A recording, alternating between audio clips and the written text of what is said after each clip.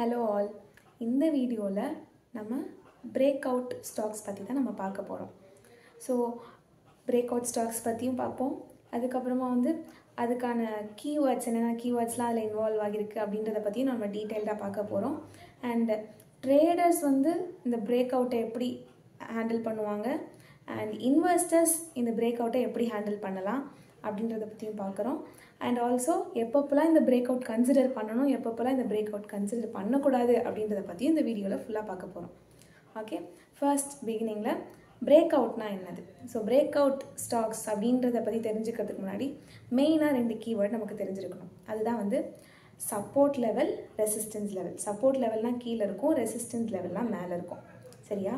Support, resistance இது நல்லா ஞாபகம் வச்சுக்கோங்க. ரெசிஸ்டன்ஸ் மேலே இருக்கும், சப்போர்ட் கீழே இருக்கும். ஒரு ஸ்டாக் எடுத்துக்கோங்க. அந்த ஸ்டாக் நமக்கு நல்லாவே தெரியும்ல, மேலே கீழேன்னு நல்லா ஃப்ளக்சுவேட் ஆகிட்டு போய்கிட்டு இருக்கோம். கரெக்டாக? So far the past 1 month எவ்வளோ மேக்ஸிமம் போயிருக்கு, எவ்வளோ மினிமம், கீழே எவ்வளோ தூரம் போயிருக்கு, மேலே எவ்வளோ தூரம் போயிருக்கு. ஸோ அதில் நம்ம அதில் தான் நம்ம சப்போர்ட் லெவலும் ரெசிஸ்டன்ஸ் லெவலும் நம்ம ட்ரா பண்ணி வச்சுருப்போம். கரெக்டாக? ஸோ சப்போர்ட் லெவல் அப்படின்றது இதுக்கு கீழே இது போகாது அப்படின்னு ஒரு நம்பிக்கை நமக்கு. ஸோ ஃபார் எக்ஸாம்பிள் ஒரு ஸ்டாக் எடுத்துக்கோங்க. அந்த ஸ்டாக் ஃபார் த பாஸ்ட் ரொம்ப நாளாகவே மினிமம் 100 ருபீஸில் தான் இருக்கும் அந்த ஸ்டாக். சரியா? ஸோ 100லேயே இருக்குது. மேக்ஸிமம் அது ஒரு 150 வரைக்கும் தான் ரீச் ஆகுது. ஸோ அதுக்குள்ளேயே தான் அது அதோட ரேஞ்சே இதுக்குள்ளேயே தான் இருக்குது. சரியா? ஸோ அந்த 150 தான் நம்ம ரெசிஸ்டன்ஸ் லெவல்னு சொல்லுவோம். அந்த 100 ருபீஸை தான் நம்ம சப்போர்ட்னு சொல்லுவோம். ஸோ சப்போர்ட்டுக்கு கீழேயும் போகாது, ரெசிஸ்டன்ஸ்க்கு மேலேயும் போகாது. இதுதான் நமக்கு காமனாக நமக்கு தெரிஞ்சிருக்கிறது. சரியா?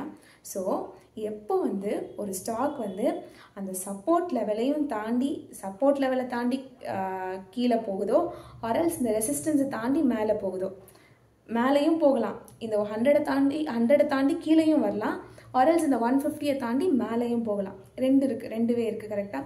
ஸோ எப்போ இந்த சப்போர்ட் லெவலையும் ரெசிஸ்டன்ஸ் லெவலையும் தாண்டி பிரேக் அவுட் ஆகி போகுதோ அதுதான் பிரேக் அவுட் ஸ்டாக்ஸ். அந்த ஸ்டாக் தான் பிரேக் அவுட் ஆன ஸ்டாக் அப்படின்னு சொல்கிறாங்க. ஸோ இதை நம்ம ரெண்டுத்துக்குமே பிரேக் அவுட்னு கிடையாது. ஒன்றுத்துக்கு அப்வர்ட் பிரேக் அவுட்னு சொல்லுவாங்க, இன்னொன்றுத்துக்கு டவுன்வர்ட் பிரேக் அவுட்னு சொல்லுவாங்க.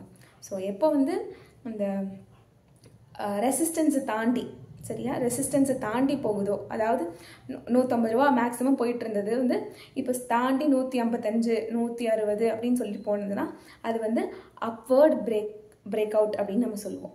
இதே so far far the past 1 month 2 மந்த்க்கு 100 தாண்டி இது வரைக்கும் கீழே போனதே இல்லை. இதுதான் நம்மளோட சப்போர்ட் லெவல் அப்படின்னு நம்ம இருப்போம். ஆனால் அதையும் தாண்டி அது கீழே போயிருக்கோம். சடன்லி 95 வந்திருக்கும். நம்ம எக்ஸ்பெக்டே பண்ணியிருக்க மாட்டோம். ஸோ வாங்கின எல்லாருக்குமே அந்த பாஸ்ட் 2 மந்த்ஸில் வாங்கின எல்லாருக்குமே டவுன் ஆகும். ஸோ அப்போ கீழே போகிறப்போ அதுக்கு பேர் டவுன்வர்ட் பிரேக் அவுட் அப்படின்னு நம்ம சொல்லுவோம். சரியா? ஸோ பிரேக் அவுட் இந்த 2 டைப்ஸ் இருக்குது. ஸோ ஒரு ஸ்டாக்கோட ப்ரைஸ் எய்தர் ரெசிஸ்டன்ஸ் லெவலையோ ஒரு சப்போர்ட் லெவலையோ தாண்டி பிரேக் அவுட் ஆகி போகிறது தான் பிரேக் அவுட் ஸ்டாக்ஸ்னு சொல்லுவோம்.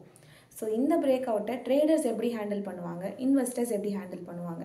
ஸோ ட்ரேடர்ஸ் பொறுத்த வரைக்கும் ட்ரேடர்ஸ்னால் யார்? அன்றைக்கே வாங்கி அன்றைக்கே கம்மியோ அதிகமோ டக்குன்னு அவங்க வாங்கி செல் பண்ணிகிட்டே இருப்பாங்க. கரெக்டாக? கம்மியாக வாங்கி அதிகமாக செல் பண்ணிகிட்டு இருப்பாங்க. It depends. கரெக்டாக? ஸோ ட்ரேடர்ஸ் பொறுத்த வரைக்கும் இது எப்படின்னா பிரேக் அவுட் ஆனதும் டக்குன்னு அவங்க நுழைஞ்சிருவாங்க. அது எய்தர் அப்வர்ட் பிரேக் அவுட் ஆகட்டும், டவுன்வர்ட் பிரேக் அவுட்டாகவும் இருக்கட்டும். அது எப்படின்னா இங்கே பாருங்களேன், ட்ரேடிங்கில் நமக்கு தெரியும் 2 இருக்குது. கால் ஆப்ஷனும் இருக்குது, புட் ஆப்ஷனும் இருக்குது. கால்னால் கம்மியாக வாங்கி இது அதிகமாக ஆகும் அப்படின்னு ப்ரெடிக்ட் பண்ணிவிட்டு அவங்க விற்பாங்க கம்மியாக. அவங்க சப்போஸ் கம்மியாக போகுது, இது கீழே விழ போகுது அப்படின்னு தெரிஞ்சதுன்னா அவங்க வாங்கிட்டு தென் இதை விட கம்மியாக போகும்னு புட் ஆப்ஷனில் பண்ணுவாங்க. கரெக்டாக? ஸோ இந்த மாதிரி பிரேக் அவுட்டில் அவங்க என்டர் ஆகி டக்குன்னு லிமிட் போட்டு டக்குன்னு அவங்க செல் பண்ணிடுவாங்க. ஸோ இவங்க அன்னைக்கே அந்த பிரேக் அவுட்டை நல்லாவே யூஸ் பண்ணிப்பாங்க. இதுதான் ட்ரேடர்ஸ் பண்ணுறது. கரெக்டாக? ஆனால் இன்வெஸ்டர்ஸ் இப்படி பண்ண முடியாது, பண்ணவும் கூடாது. இன்வெஸ்டர்ஸ் அப்படின்னு நம்ம எடுத்துக்கிட்டோம்னா இன்வெஸ்டர்ஸ் இந்த பிரேக் அவுட்டை எப்படி டீல் பண்ணுவாங்க? ஸோ இன்வெஸ்டர்ஸ் இந்த பிரேக் அவுட்டை பார்த்துட்டு டக்குன்னு என்டர் ஆகிடக்கூடாது. பிகாஸ் பிரேக் அவுட் அப்படின்னு வரச்சில அது அந்த ரேஞ்சையே மாற்ற போகிற ஒரு தருணம்னு சொல்லலாம். இப்போது டக்குன்னு இவ்வளோ தூரம் வந்திருக்கு. சப்போஸ் இது ஒரேடியாக ஃபால் ஆகி அந்த கீழேயே கூட சப்போர்ட் லெவலுக்கு கீழே கூட அந்த அந்த அந்த மார்க்கெட் வந்து லை ஆகலாம், அல்லது ஹோல் மார்க்கெட்டே வந்து ரெசிஸ்டன்ஸ் லெவலுக்கு மேலே அதுக்கப்புறம் அது புது ட்ரெண்ட் எடுத்து புதுசாக மாற போகிறதாகவும் இருக்கலாம். ஸோ இன்வெஸ்டர்ஸ் என்ன பண்ணுவாங்கன்னா, இது வந்து ஒரு வேளை ஃபால்ஸ் பிரேக் அவுட்டாக இருக்கலாமா, ஃபால்ஸ் பிரேக் அவுட்டாக ட்ரூ இது வந்து ஒரு ஆக்சுவல் பிரேக் அவுட்டா இல்லை ஃபால்ஸ் பிரேக் அவுட்டா அப்படின்னு கண்டுபிடிப்பாங்க. அதை எப்படி கண்டுபிடிப்போம்னா, depend upon the volume in the sense அதிகமாக பெரிய வால்யூம்னா பெரிய கேண்டில் எடுத்து ரெசிஸ்டன்ஸ் லெவலை தாண்டி போகிருக்கா, அல்லது பெரிய கேண்டில் எடுத்து சப்போர்ட் லெவல் தாண்டி கீழே விழுந்திருக்கா அப்படின்றத பார்க்கணும். கண்டினியூஸாக ஒரு 2 or 3 கேண்டில்ஸ் வந்து இந்த கேண்டிலாகவே இருக்கணும், ப்ராஃபிட் கேண்டிலாகவே இருக்கணும், அல்லது கண்டினியூஸாக 3 கேண்டில்ஸ் வந்து லாஸ் கேண்டில்ஸாகவே இருக்கணும். ஸோ அப்படி பார்த்துட்டு அவங்க பொறுமையாக மார்க்கெட் அனலைஸ் பண்ணிவிட்டு அண்ட் ஆல்சோ அவங்க நியூஸையும் டிபெண்ட் பண்ணுவாங்க. ஸோ உண்மையாலே இந்த கம்பெனி ப்ராஃபிட் தான் ஏர்ன் பண்ணி அது ரெசிஸ்டன்ஸ் லெவலை தாண்டி போகுதா அல்லது சப்போர்ட் லெவலை தாண்டி வருதா அப்படின்றத பார்த்துட்டு அதுக்கப்புறம் தான் அவங்க இன்வெஸ்ட் பண்ணணும். பிகாஸ் வந்து இந்த பிரேக் அவுட் வந்து உண்மையான பிரேக் அவுட்டாக இருந்ததுன்னா ஒரு வாட்டி பிரேக் அவுட் ஆகி போனதுக்கப்புறமா அது அந்த இடத்துலையே தான் வந்து மார்க்கெட் வந்து லை ஆகும். அதுக்கப்புறம் அது வந்து ஒரு புது ரெசிஸ்டன்ஸையும் ஒரு புது சப்போர்ட் லெவலையும் அது கிரியேட் பண்ண போகுது. ஸோ மார்க்கெட் ஃபுல்லாகவே அந்த பக்கமாக மூவ் ஆக போகுது. ஸோ நம்ம அதை வந்து அது ட்ரூவாக இருந்ததுன்னா நம்ம கொஞ்சம் வெயிட் பண்ணி தான் போகணும். அதே ஃபால்ஸ் பிரேக் அவுட்டாக இருந்ததுன்னா டக்குன்னு மேலே போயிட்டு டக்குன்னு கீழே வந்துடும். அது ஒரு ஃபால்ஸ் பிரேக் அவுட் அப்படின்னு நம்ம சொல்லுவோம். ஸோ ட்ரேடர்ஸ் வந்து இதை ஆக்டிவாக எடுத்துப்பாங்க. ஆனால் இன்வெஸ்டர்ஸ் வந்து ட்ரூவான பிரேக் அவுட்டா இல்லையா அப்படின்றத பார்த்துட்டு அதுக்கப்புறமா தான் இன்வெஸ்ட் பண்ணணும். ஏன்னா இன்வெஸ்டர்ஸ் வந்து அவங்க லாங் டேர்மில் வச்சுருப்பாங்க. இன்வெஸ்டர்ஸ் வந்து ஒரு பெரிய லம்சம் அமௌண்ட் அதில் போட்டுட்டு லாங் டேர்ம் அதை வச்சுருப்பாங்க.